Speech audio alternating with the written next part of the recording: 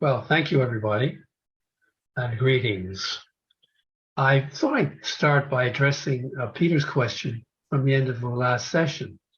He was asking about sleep apnea and all its associated problems. And Peter, I think I'm right in saying that you had said that you had lifelong nasal congestion and had never been able to breathe through your nose. So I thought it was pertinent to start with a story about my own experience of that. I had never been able to breathe through my nose due to allergic rhinitis, vasomotor rhinitis, every sort of rhinitis you can think of. Then in the 1990s, I met Sri Bala Ratnam. Sri Bala was a man in his 70s then who just taught breath practice. And he was a man who had found himself in late middle age with many health problems. And he learned pranayama, a particular sort of pranayama, from his breath teacher. And he was passing this knowledge on because it had made a huge difference to his health, a huge difference to his health. I was introduced to him in the 1990s, learned his approach to breath practice, and then practiced very conscientiously for several months, doing about an hour a day of his breath practice. Because I couldn't breathe through my nose, I had to breathe through my mouth to do the practice, which was less than satisfactory. But I thought, well, I'm going to do it anyway without any expectation. After 3 months, my nose began to clear, even though I had not been breathing through my nose. After 6 months, my nose was completely clear and has been ever since for the past 25 years, as long as I do my breath practice every day. If I lapse from doing breath practice after 2 or 3 weeks, my nose starts to get congested again. Now, medical science has no clear explanation for why that would have happened. We have I can present you with various hypotheses. We'll go over that maybe some other time. But the point was, miraculously, my nose cleared for the first time in about 50 years. When something like that happens to you, you are locked in to that practice that has cured you of something which is debilitating and long term. You absolutely are going to do that practice. But you have to get over the initial working at it. I was, as I said, I was doing an hour a day for maybe 3 or 4 months before I began to see those substantial results. Now, Bala was also of the opinion that if you did the breath practice, you would not get sleep apnea, or at least any sleep apnea tendencies will be greatly ameliorated. And in fact, I have seen that happen in individuals who have done the practice. And you've got to do the practice. You've probably got to do it about half an hour every day, indefinitely. Okay, so that's my story. And that's why I do breath practice every day for about 40 minutes, because I love breathing through my nose. And it wasn't until I started breathing through my nose that I realized how not breathing through your nose compromises, one, your general health, and two, one's ability to meditate. Because one of the things that the breath does is stimulate the nasal passages, which cool the brain, help to equalize brain activity, and other things as well. We'll no doubt cover those in due course. So that's my story about nasal congestion and sleep apnea. So let's just summarize what we were talking about last time. The general principles of breath practice are: one, it is primarily, first of all, a sensing process. I put my awareness on the breath to sense the breath. The breath will tell me where I'm at, where my whole physiological system is at. Two, we'll do prescribed practices, but they are to be experimented with. They are to be sensed, get your feedback from them, make up your own mind about them. Be your own authority about breath practice. Don't let anybody tell you how to breathe. The body will tell you how to breathe. We do practices just, as it were, a way of stimulating feedback from the body. So let's do, just to start off with, in the right place, a simple few diaphragmatic breaths. Low diaphragmatic breaths, mainly using the diaphragm. We get ourselves comfortable. We sit up straight, but we're not religious about it. We just get comfortable. We sit reasonably straight. And we breathe through our nose. A couple of refinements today. Make sure the eyes are softened. Soft eyes. Soft eyes. Soften the eyes. You may have to palm the eyes just to give that sense that you are softening and unfocusing the eyes. Huge amount of tension around this area. We may feel it or we may not. Huge amount of tension around this area because we are focusing so much. Narrow focusing creates stress. Stress creates narrow focusing. It's a vicious circle. So a huge amount of tension, which refers back into the head, back into the neck, and back into the shoulders. Softening the eyes. And then we just have a little Mona Lisa smile on our face. Very subtle little smile, the so-called thalamic smile. And for a minute or two, we would just gently lower our awareness into the body and breathe diaphragmatically, gently, relaxed for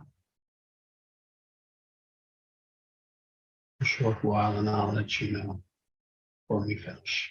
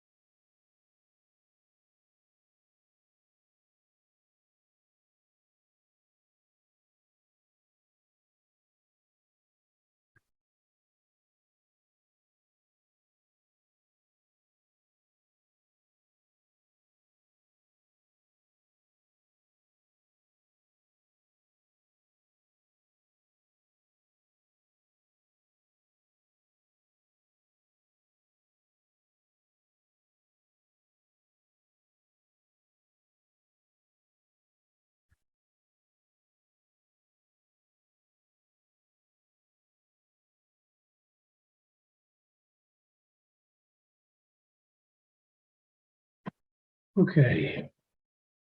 It feels difficult just to use the diaphragm and to relax the diaphragm. It will come. Just keep on with the practice. Don't do it too long at any one time. As we were saying last time, it's good to do it frequently. And if you can correspond just 1 or 2 minutes of low, slow diaphragmatic breathing to the ultradian cycle, those cycles which crop up every couple of hours or so, usually in the mid-morning, after lunch, mid-afternoon. If you can sense when an ultradian cycle is coming up, you're feeling a bit drowsy, you feel like a drink, you feel like a snack, your mind drifts off a little bit, take advantage of it. Just do a little bit of low diaphragmatic breathing. Don't deliberately slow it up. As you relax into diaphragmatic breathing, it will slow down. Don't impose your will on it in any way. Do a bit of diaphragmatic breathing, then just preferably spend a few minutes just drifting off, having a drink, gazing into space, going on an imaginary trip, who knows, but just taking a break. It cannot be emphasized too much that stress builds as a result of riding over ultradian breaks, the natural breaks. The natural ultradian breaks. Here's the book, The 20-Minute Break by Ernest Rossi. Fabulous book. And it's extraordinary. You don't hear much about ultradian breaks. Why is that? I don't know.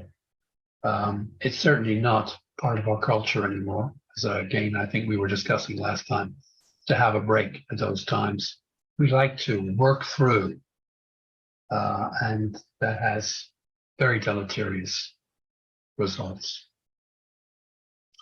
Especially working through, looking at a small screen with very focused vision,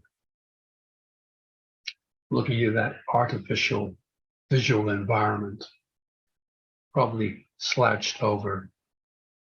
Can you think of anything worse to ruin your health? So that's the ultradian breaks. Some enlightened firms these days allow their employees to have a little break, go outside and walk around a bit, especially if they're feeling stale, and to follow their own internal timing in that, to be their own authority on that, which is great. But most workplaces, I don't think, have got that far. Okay.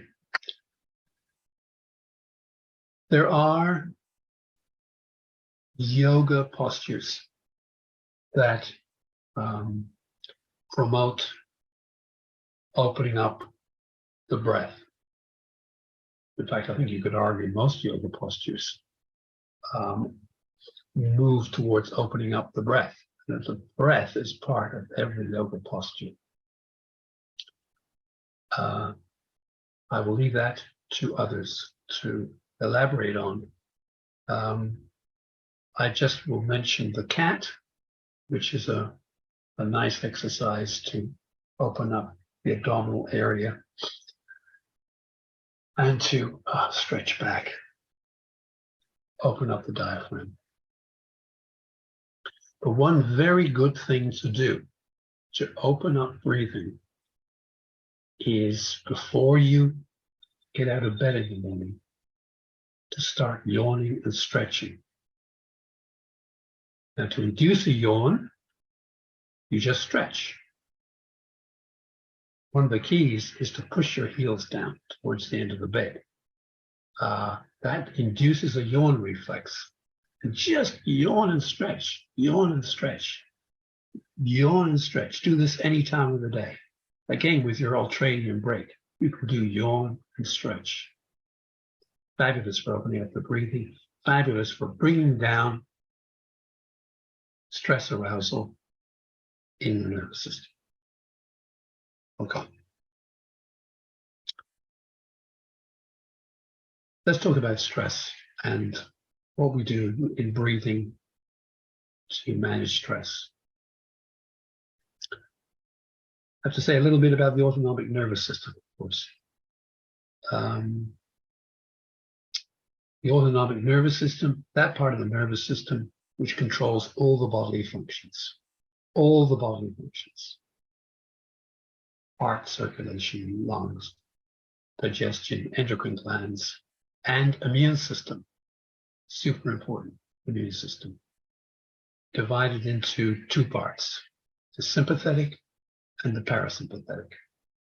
The sympathetic part of the system activates when we are doing or when we're threatened. So it's got to do with doing and surviving.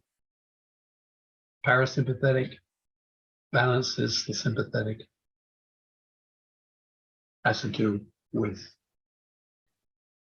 relaxing and regenerating. So it's recovery, recuperation, and regeneration. And they're yin and yang. They need to balance one another.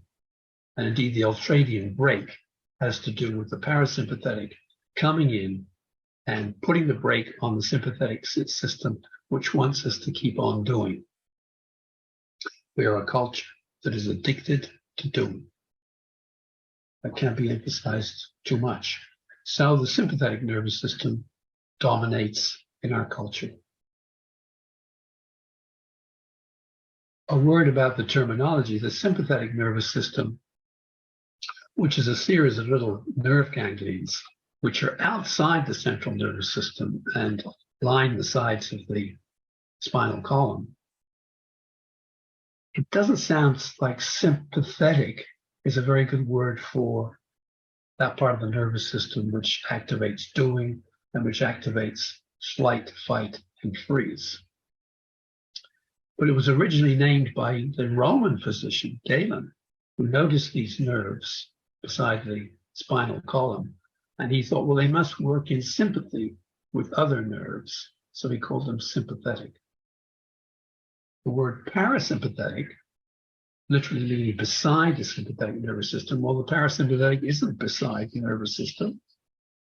Again, it's a misnomer, but it was named by an American physiologist only at the beginning of the 20th century, when people understood that there was another part of the system which balanced the sympathetic arousal system.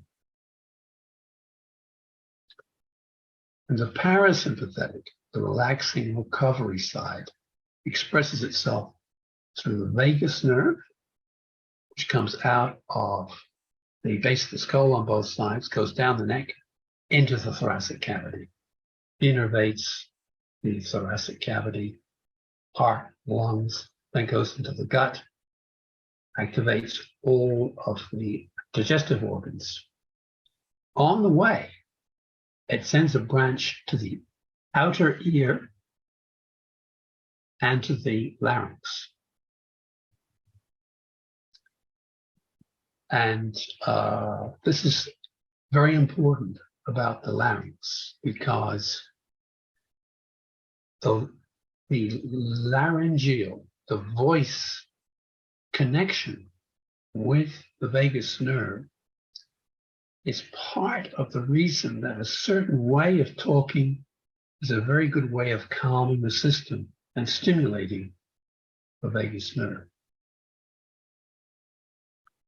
And that way of talking is talking slowly and talking with a falling intonation, like this. You're relaxed. You're becoming more and more relaxed. Easy, natural, relaxed. That's the sort of tool that stimulates the vagus. Stimulating my vagus, saying it, and if I was going on long enough, it might stimulate your vagus into a state of relaxation. And that's super important. The great master of relaxation induction, because he has such a wonderful voice, is the American Emmett Miller. And if you're familiar with any of his tapes, his downloads, you will recognize that kind of intonation that he uses as he practices vagal stimulation. Nowhere to go, nothing to do right now. That's the way it's done. Okay, sympathetic, parasympathetic. The parasympathetic also has another branch which comes out and innervates everything in the pelvis. That's very important. The pelvis, the pelvic organs. May I ask a quick question, please? Oh, yes, please do. You said about slow speaking stimulates the vagus nerve. Yes. Would listening to slow speaking also stimulate the vagus nerve? Yes, but it has to be of a particular variety. It has to have a lot of low notes in it. Yeah, okay. And it has to have a falling intonation. So, you know, the Australians talk like this. Oh, yeah. The sentence goes up. Oh, no. Falling intonation. So that's more American speech. They kind of drop off because they've got what's called a drop jaw way of speaking. Ahs and Rs, which is very relaxed. And if you're down south in Texas, you're just going on like this. And that's the way to talk. And that's why they're so relaxed down there in southern Texas. My word. Okay. So the pelvis has got its own parasympathetic system coming out of the base of the spine. And one terrific way to relax is to relax your pelvis and to relax the pelvic floor. Relax the pelvic floor. Because you stimulate a whole lot of parasympathetic nerves that way. So where is this all going? How's this relevant to the breath? And this is the crucial part, when we breathe in, we activate the sympathetic nervous system every time we breathe in. And when we breathe out, especially if we are just letting go on the out breath and not forcing the breath out, we stimulate the parasympathetic nervous system. Now that's a pretty amazing thing to know and to do. Now I want you to check this out. Hopefully you can find a pulse. So you know where to look for, either the wrist or the carotid pulse, just in here. You just get a pulse a minute.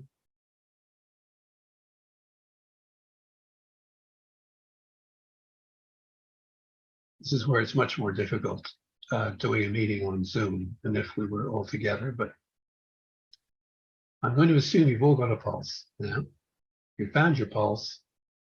Now, take a decent breath in. See what happens to the pulse. And then breathe out.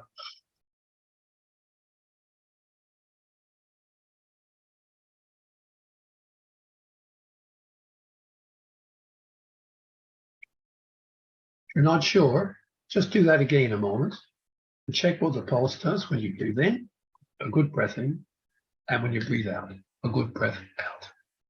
If somebody is not convinced, they can drop in and can discuss it, or we can discuss it at the end. But basically, this is what's called respiratory sinus arrhythmia, and the pulse is always going up and down continuously through the day as a result of being activated and being relaxed through every breath cycle.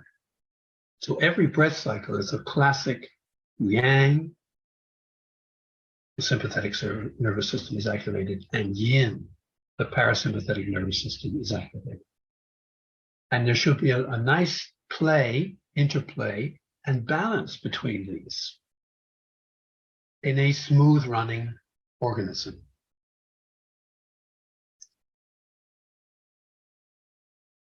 Remember when we were talking last time, I mentioned the red light reflex. When we are suddenly stressed, there's a very characteristic way the body responds. It goes, you clench the hands, the shoulders go up, the breath comes up, and we hold momentarily in inspiration. And we hunch down. And the muscles in the lower back tense because the legs are going to run away and the body's got to follow. So the body's got to be connected to the pelvis. So you can run away or fight or whatever is necessary. So the breath goes up when we're stressed. And that tendency, when we're chronically stressed, for the breath to go up, goes hand in hand, therefore, with sympathetic nerve activation.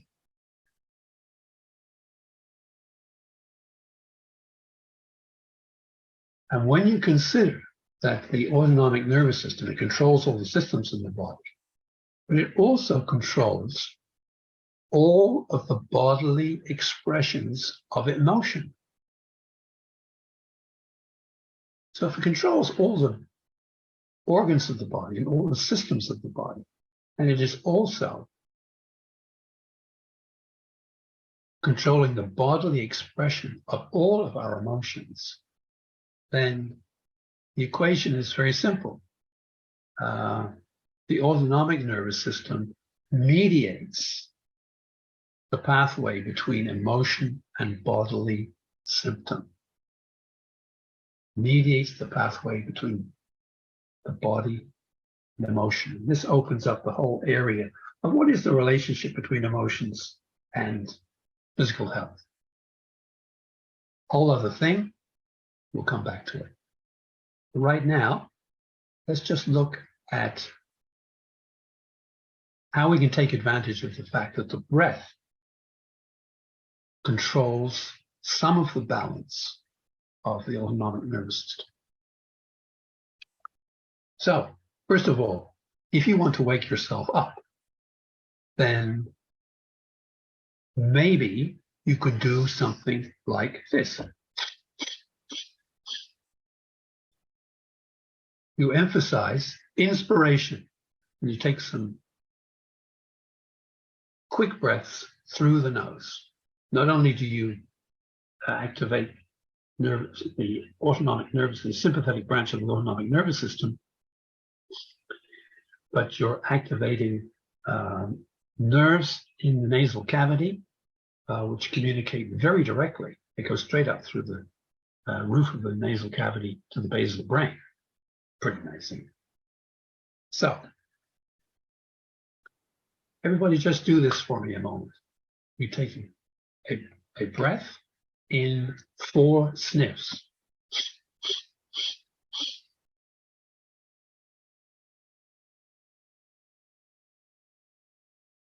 Let's do another one.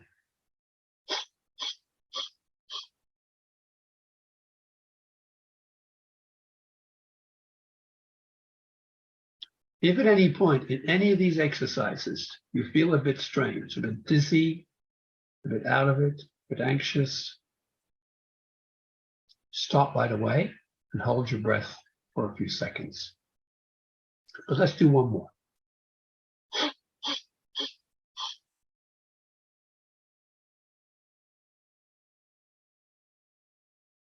This is a way to wake yourself up. You're stimulating the autonomic nervous system. The sympathetic branch thereof, you are stimulating the sympathetic nerves throughout your body to get you going. It's a brisk little hit of activation, which you can use when you're tired, or first thing in the morning if you're feeling bleary. My morning breath exercise is something called picking grapes, which incorporates this dynamic. Let me just show you. I'm going to the back of the room here. I don't know if you'll be able to see what I'm doing. You'll have to see the whole of me. I'll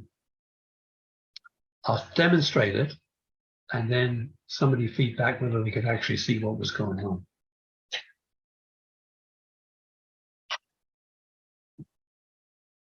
So this exercise is called picking grapes.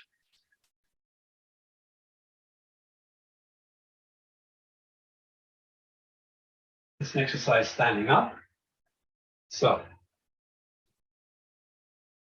I start like this, my hands on my shoulders. I'm going to do this in slow motion. I go down and exhale. Then I come up. 4 sniffs as I do this. Then 4 more sniffs as I reach and pick some grapes.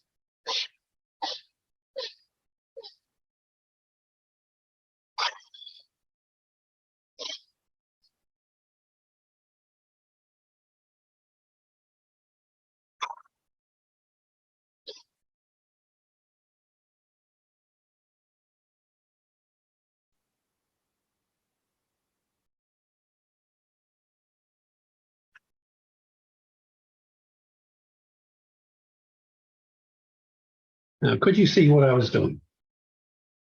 Somebody will have to chip in here.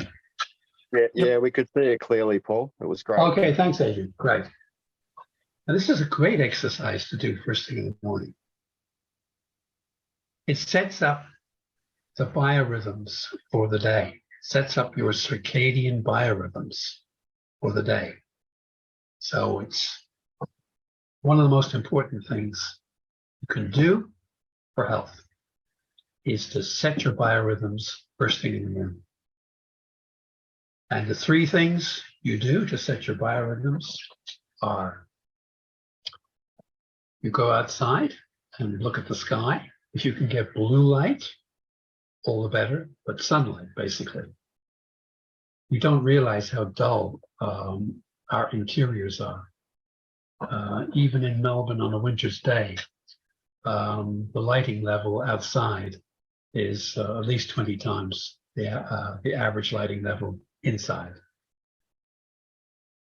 Look at the sky, 2 or 3 minutes. Just be outside for 2 or 3 minutes. Do something, become physically active. Doing that breath exercise, picking grapes, is a great thing to do. And the 3rd thing is to eat something. These are the 3 so-called zeitgebers, or time givers, which tell the body you're starting your day. And then the body sets off and will set the ultradian cycles accordingly. You know, the body clock has to be reset every day. It just doesn't automatically run. So you put someone in a dark cave for a few months, which people have done, and the circadian cycle starts to run out of sync. It doesn't follow the days anymore because it runs a little bit too long. So setting the circadian clock every morning is a good thing to do. Okay, so we can do 3 things with the breath. We can activate it with emphasizing inhalation,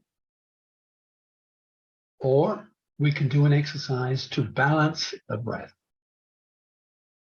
to balance sympathetic and parasympathetic.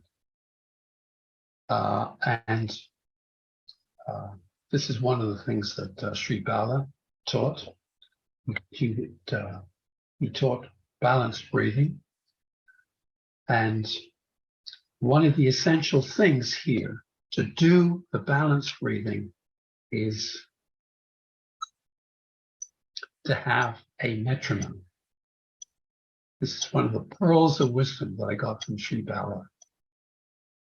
With breath practice, you have to use the same beat every time, 1 beat per second, so that your body gets accustomed to the same rhythm every time you practice. It doesn't know where it is. And although the traditional yoga practices tend to suggest, well, you might want just to count or time your breathing to the pulse, well, of course, the pulse varies. So a metronome is the way to go. You can obviously download one on your phone if you wish.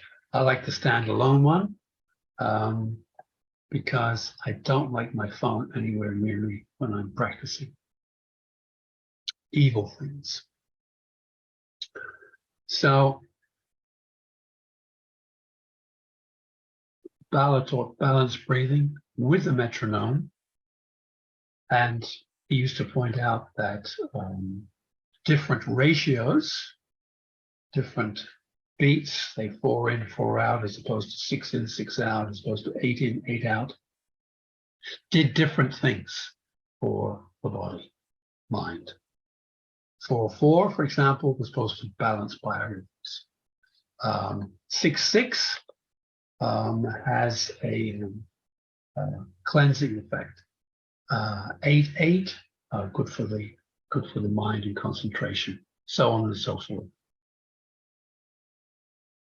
When you get up to 16 beats in and 16 beats out, then you're in spiritual territory. These are the sort of ratios which enhance spiritual progress, if one can look at it in such a simplistic way. But I have found the balanced breath is the thing that keeps me on track. I find it a terrific meditation to do. Or I can do it when I'm watching an unexciting TV program like Gardening Australia. I can do my balanced breathing, and it still has a therapeutic effect. Or I can do it in the quiet, outside in the garden, and do it as my meditation. Balanced breathing has everything about it. And let's do some. Let's do 4/4 breathing. Now we're going to breathe in for 4, and then we're just going to breathe out for 4. And we're going to do it to this count. Now, when you're breathing in, you will try and, in a very relaxed way, breathe in most of that breath, those 4 beats of breath, into the abdomen. But don't get stressed about it. We're just going to breathe in for 4 and out for 4 without thinking about what we're doing too much. Just see how we feel about it. If at any point you feel a bit strange, dizzy, unwell, just stop doing it. We will do 4 in and 4 out for just a minute. Starting now. Out, 2, 3, 4. In, 2, 3, 4. Out, 2, 3, 4. In, 2, 3, 4. Out, 2, 3, 4. In, 2, 3, 4. Out, 2, 3, 4. In, 2, 3, 4. Out, 2, 3, 4.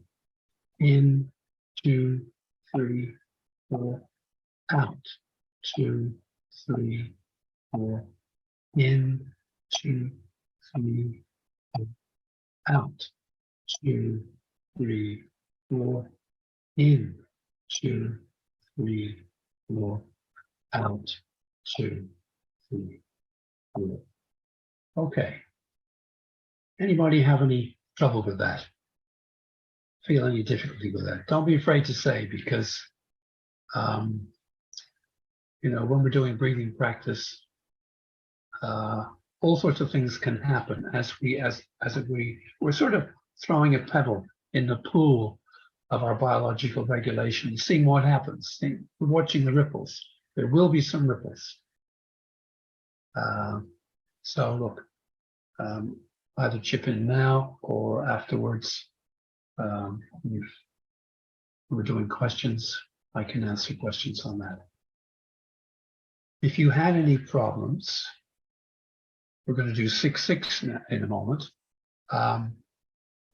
If you didn't feel completely comfortable doing it, don't go to the 6-6 we're going to do next.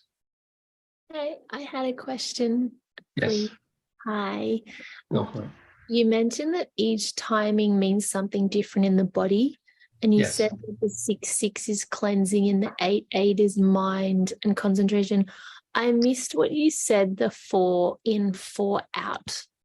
That was harmonizing the biorhythms. Ah, Yeah, thank you very, very Yeah. much. yeah. I mean, look, the traditional describing of these ratios as being particularly good for one thing or another, we take that with a pinch of salt. We have to find out for ourselves what in particular agrees with us, and what in particular affects the different ratios.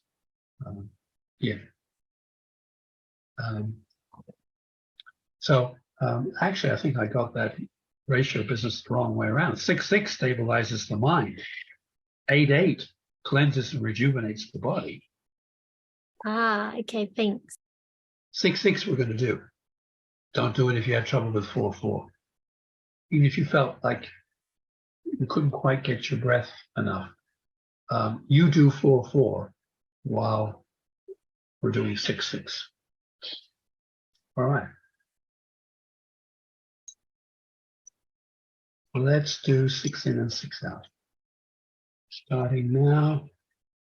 In 2, 3, 4, 5, 6. Out 2, 3, 4, 5, 6.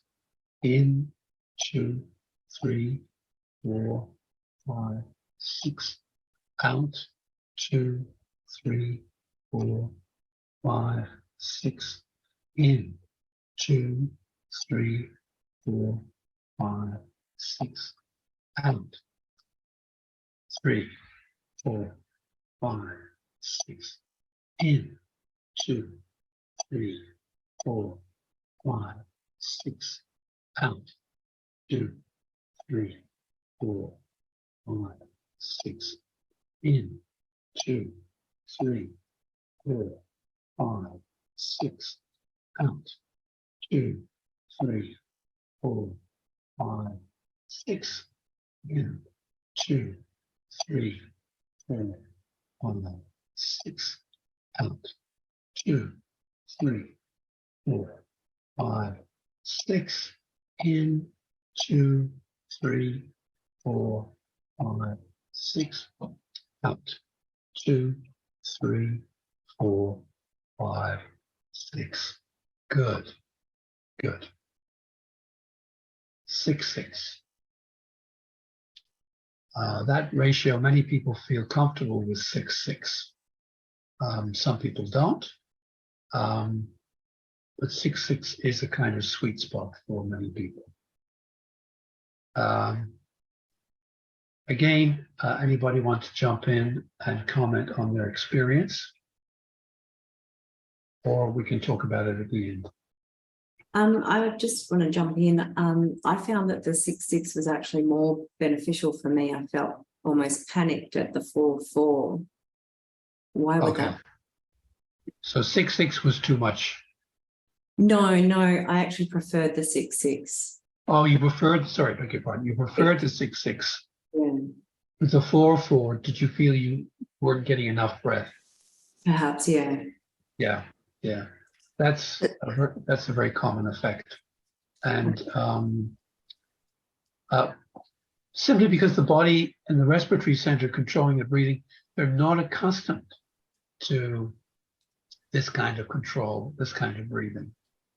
And I can't emphasize enough, when I started really doing a lot of breath practice over those initial few months, I had all sorts of weird and wonderful things happen, including panic attacks and feeling dizzy, feeling spaced out,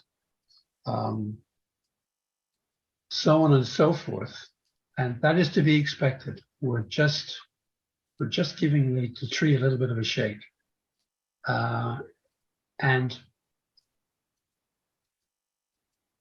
just if you return to the breathing practice, you would go straight in at 6-6 and see how that was. But you would dabble a little bit with 4-4 just to see, well, what's going on down there at 4-4. These are just experiments. There's no right way for experimenting. Can I just ask a question? Sure thing. You said it's good for the mind. In which way? What does it achieve?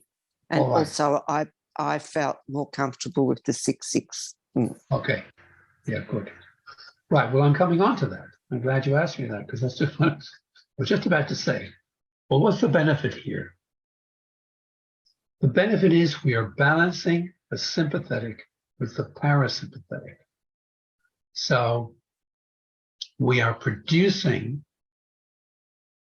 stimulation of the vagus nerve, the parasympathetic side of the nervous system. And the vagus, responsible for rejuvenation, regeneration, talks to, it not only controls the body, but it listens to the body. And when it is involved in regular, slow breaths, it sends a message to the brain saying, oh, everything's just great. Everything is smooth and regular. It's sending a message to the brain saying things are coherent. Now, what do I mean by coherent? Now, I have a little machine. It's called the EM wave. Here it is, the EM wave. It's in this little box. The EM wave, it's a heart rate monitor, and it monitors the heart rate and gives you a little printout. Now, here are two graphs. Here's my heart rate going up and down, just sitting around. You can see it just goes up and down. It's fairly irregular. Here's my heart rate going up and down, doing 6-6 breathing. You can see not only has it become regular and smooth, which we call coherence, regular and smooth, but the amplitude, the difference between the fastest heart rate and the slowest heart rate is more. We've increased the heart rate variability. And heart rate variability, when we improve heart rate variability, we improve general health. People who live long have better heart rate variability. When you have low heart rate variability, it's not a good sign for health, particularly heart health. So the vagus says, things are coherent. It feeds that back directly to the amygdala nucleus in the lower brain, which is the flight sympathetic nerve center, and says, calm down, everything's fine, because I'm seeing that the breath is fine and the pulse is nice and smooth and regular. Not only the vagus, but other nerves like the phrenic nerve, which innervates the diaphragm, also feed back to the brain and say, hey, everything is smooth and coherent down here. Relax, everything's fine. So it is relaxing. And the interesting thing about balanced breath, we are balancing both sides of the nervous system. So we're not doing relaxation therapy. We're not preferentially stimulating the parasympathetic, the vagus nerve. We're balancing them. And so this is the ideal state to be in: alert through the sympathetic nervous system, relaxed through the parasympathetic nervous system. So balanced breath is the best thing for alert, relaxed, which is the ideal state. I want to be alert, but I want to be relaxed. Alert, relaxed. Alert, relaxed. And this could be called the ideal meditative state: alert, relaxed. But you're in easy meditation, sahaj meditation, you're alert and relaxed and present. I'll say a couple of other things about the vagus nerve and stimulating the vagus nerve through this process of balanced breath. It's only recently been understood that when the vagus nerve is stimulated, it has an anti-inflammatory action. Vagal nerve stimulation is anti-inflammatory. And they've done plenty of experiments now artificially stimulating the vagus nerve in experimental animals and in humans by putting a little collar around the vagus where it goes down the neck, stimulating it. It has an anti-inflammatory effect, every bit as good as taking steroids. So, and this they know now the mechanism is through something called the stimulation of resolving proteins, resolving substances. But that's a tremendous finding, isn't it? You stimulate your vagus nerve and your immune system resolves inflammation, or tries to, which makes sense, doesn't it? I mean, the parasympathetic nervous system is the regenerating side of the nervous system, the healing side of the nervous system. So of course it's going to do something that's anti-inflammatory. It's trying to damp everything down, restore normality. But it's a real incentive. If you have inflammatory problems, then it's a real incentive to do balanced breath, or the breath which we'll come on to next time, relaxing breath. But we can certainly see that relaxation as a whole is healing. And stress as a whole, when it goes on too long, is toxic. So the balanced breath is the mainstay of my practice. There are other practices which we shall do, but it's the absolute mainstay. And my recommendation is to start with,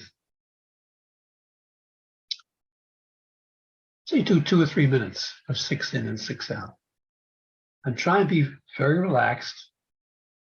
Allow most of the breath to go down, at least 3 of that 6 count to be down in the lower abdomen, and the rest maybe in the middle of the chest with the ribs taking up the slack.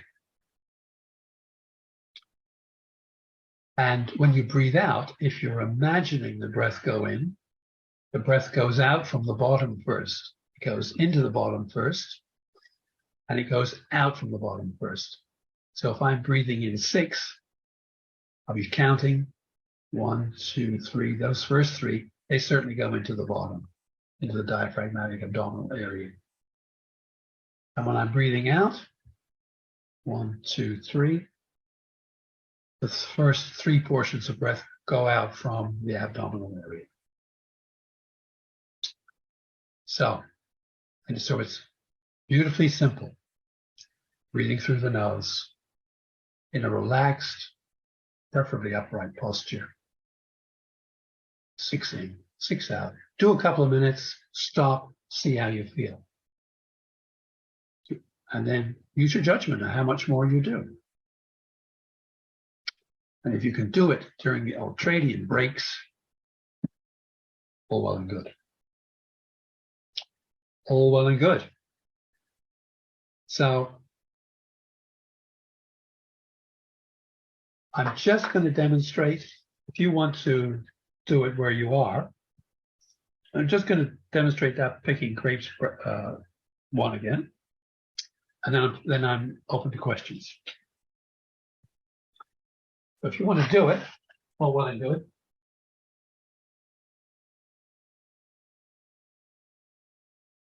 So we start off, hands on shoulders.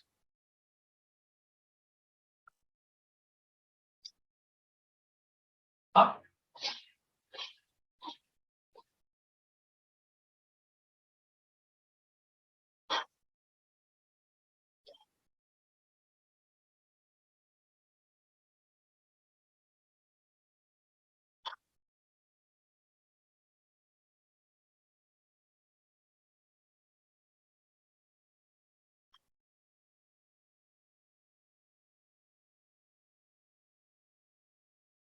That's it. That's that. So, any questions, any feedback? How long do you do that for in the morning? The picking grapes? Yeah, I do 7 or 9 rounds. And through the nose and out the nose. In this Or one, out because you're expelling so forcefully as you bend over, which of course is helping to force out the air very quickly, I do it out through the mouth. One of the few occasions when I breathe out through the mouth. Yeah. Okay, thank you. Paul, with the picking grapes, when you're doing the picking the grapes, it's the quick inhalations. That's right. So it's when you come up, it's 4 moving your hands back. 1, 2, 3, 4. And then picking the grapes 4. So you've sniffed a total of 8 times. 4 back, which is opening up the breath.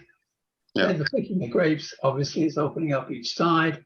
Fantastic thing to open up all your breathing first thing in the morning. Okay, great.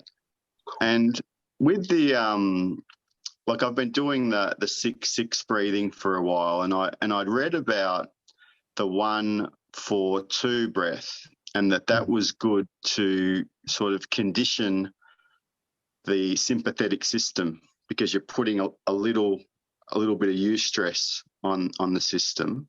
And so I've been trialing that.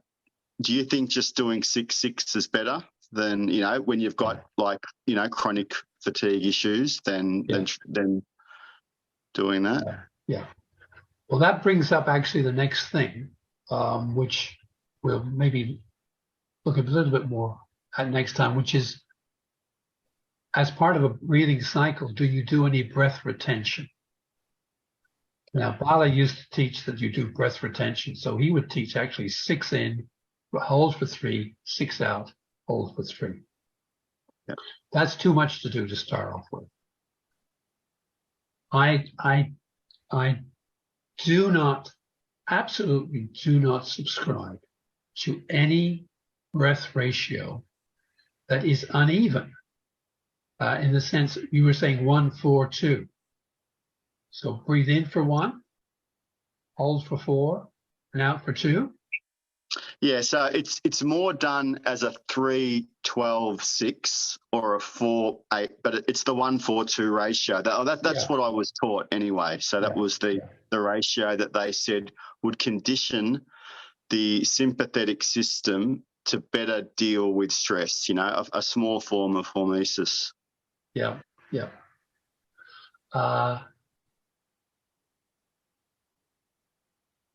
Look, the bottom line is I don't like it.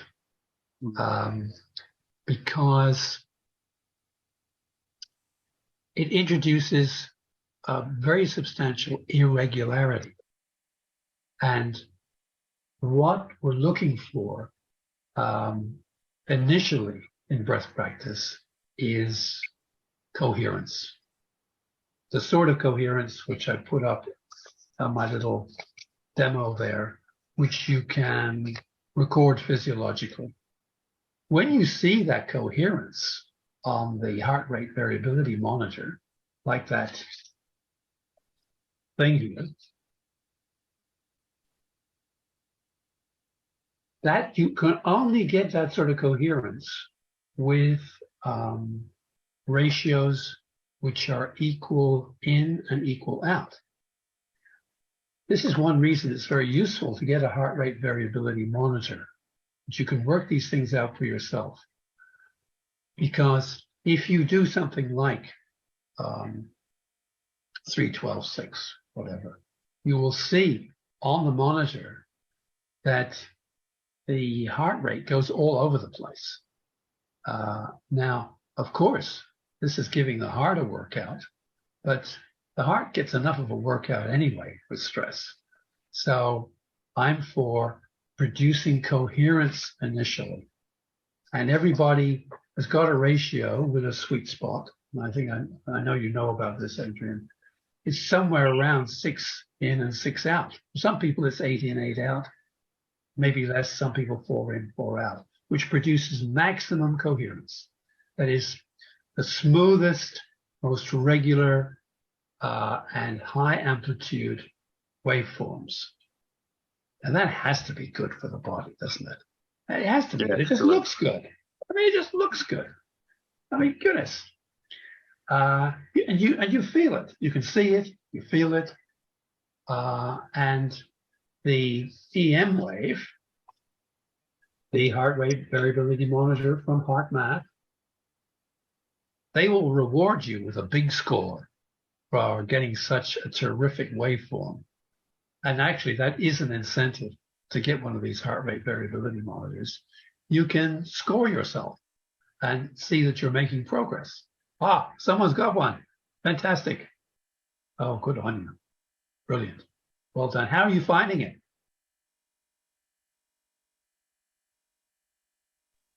That's Sheila?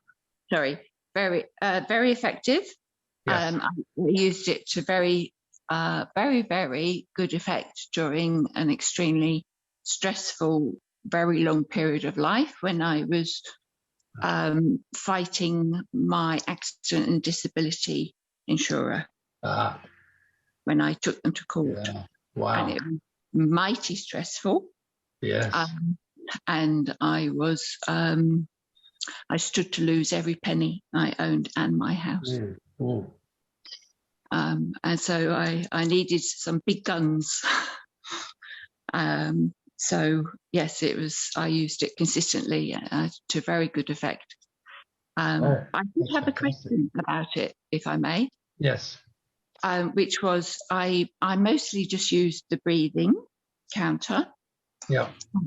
This version has some games as well. Yes. And it asks you to do happy thoughts, to generate good feelings. Yeah. And I know that you're very much a scientist and that you go back to the science and results. Do you have an opinion about whether that adds to the effect? Or is it about the breathing? Terrific question. Terrific question. That is the HeartMath thing, good thoughts, reframing, being in the heart. And yes, I mean, the good thoughts can certainly improve heart rate variability. No question about that. I used to do brainwave biofeedback. And, this is many years ago. And you'd be training people to produce more alpha waves, right, to relax. So I was training a chap one day, and you know, we were playing a game on the monitor, not getting anywhere at all. And so then suddenly he gets this burst of fantastic alpha, you know, good alpha, what they call good alpha, not bad alpha. Oh, I said, so and so. Oh, I said, what are you doing there? Oh, he said he was thinking about the weekend he was going to have with his girlfriend.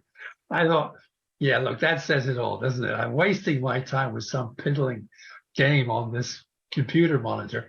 The thing that's giving him the real effect is thinking about when he's going to see his girlfriend the weekend. I mean, it's just, that sort of marked a turning point in my career as a neurofeedback specialist. I thought basically people just got to think good thoughts. Not pay me money to come traipse over here and have electrodes stuck on their heads. I've also done something similar as neurofeedback as a treatment for treatment-resistant depression. Right. And I did it consistently with electrodes, and my mission was to make the music continue. Oh, yes. Very good. And did the music continue? It did. Fantastic. It did. Fantastic. Yeah. So were you doing this on a home setup, or you were seeing someone? No, it was in a psychiatrist's rooms.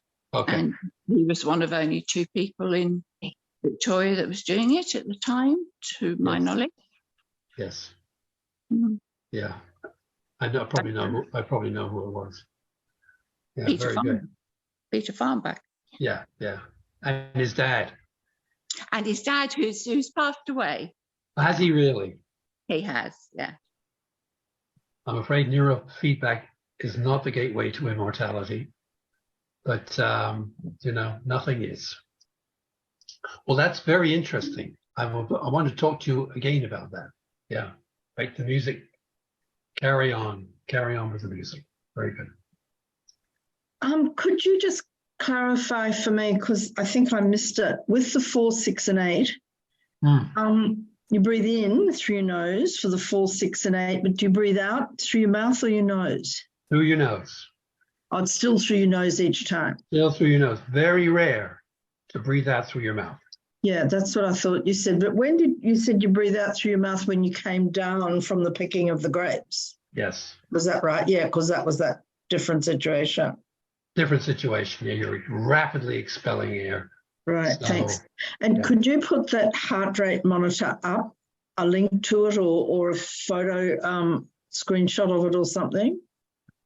Yes. I've been going to get one for a while, and I get online and then I just get confused which I should get. So this clarifies it for me if you think it's good. So I'll have a look and see if I can afford it. If you could tell me what to look for, please. Good one. Thank you. Yes. Good.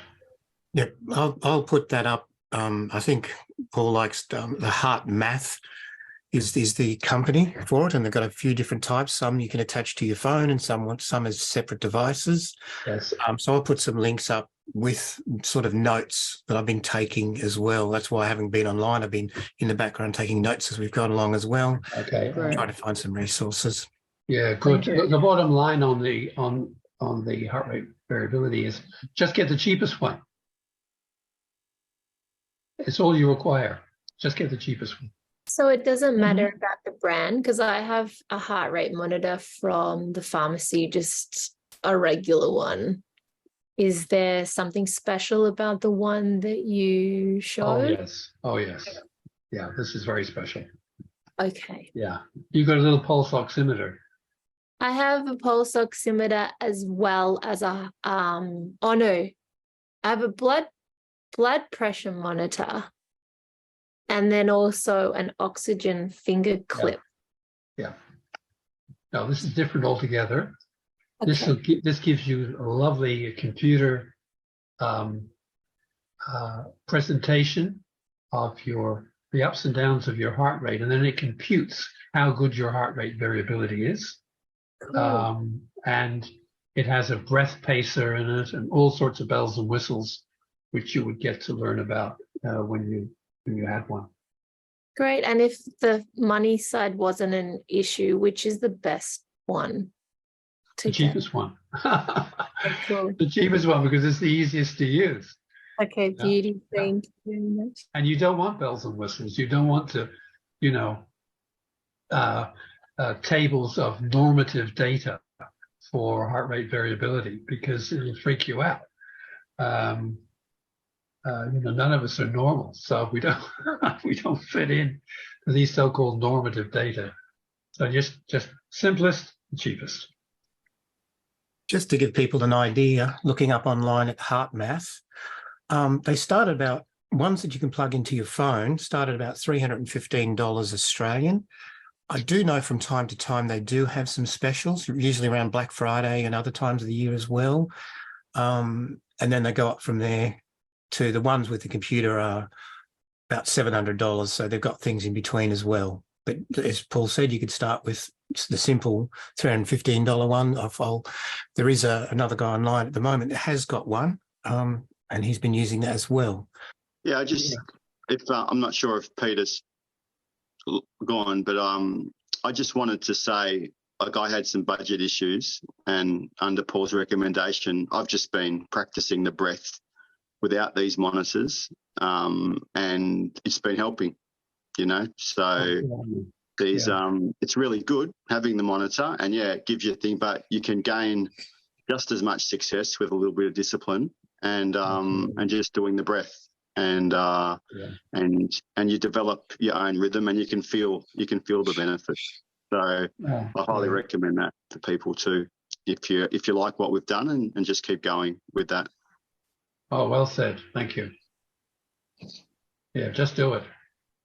Just do it. I assume that there's probably some free metronome apps anyway as well. Many. Yeah, I've got one of those on my phone, and it helps, and but it doesn't give you the actual heart rate variability, but over time you will feel it. The science says it, and I can say personally, my body's felt it. Right, the body has to feel it. That's the answer. Yes.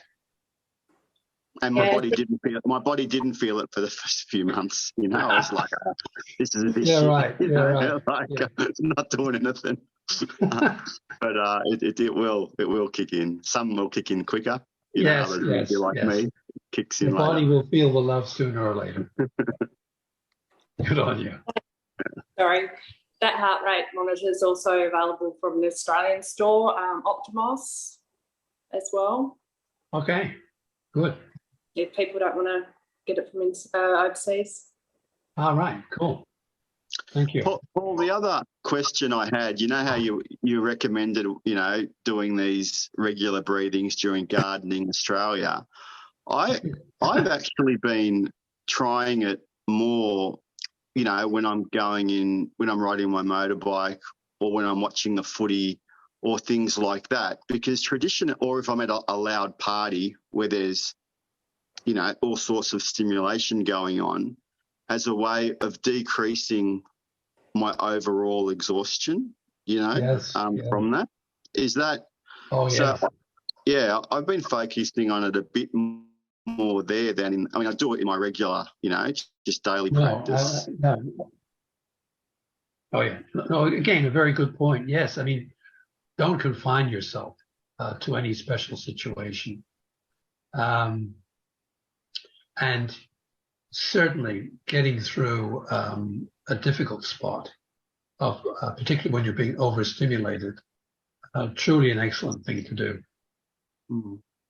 Yeah, great. Thanks. Excellent thing to do. Thank you.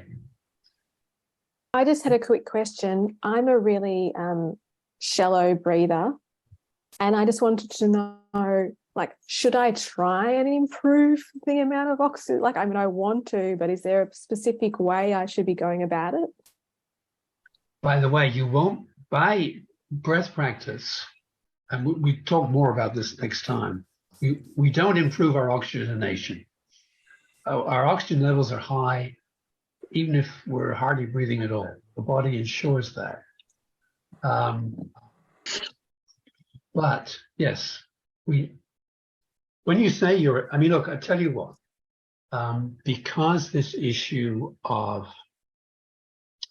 depth of breathing and even over breathing will be the main topic next week. Oh, great. I will address your question first off. Now, Thank you. now, I can't see your name here. Just hang on a second. Cassie. Cassie. All right. Yes, this is a very specific thing. We'll be talking about depth of breathing and over breathing next time. Under breathing and over breathing. Perfect. I'm happy to wait. Okay. Good. Thanks, Paul. Thank you. Just to clarify, the Optimos store for the heart rate monitor is 287, so it's less. Oh. It's less than the heart math store. Oh, good one. Thank you. Thanks for that. Thank you. Okay, is there any other questions, or shall we wrap it up for today? I mean, that was incredibly engrossing. Could you please post that link for the $280 one? Because I am on that website and it's coming up at 3:32. So if you could post the link you've got in the chat, that would be really helpful. I will do that, and I'll also make some notes from today and put that in when I post the recording, that people can have links with that. Has anybody else got some more questions, or shall we call that a day and look forward to again next week for part 3 of this? Part 3. How exciting. Well, today was engrossing, very engrossing, for sure. Thank you kindly. Thank you, everybody. And very enjoyable being with you. And with the grace of God, I will see you next time.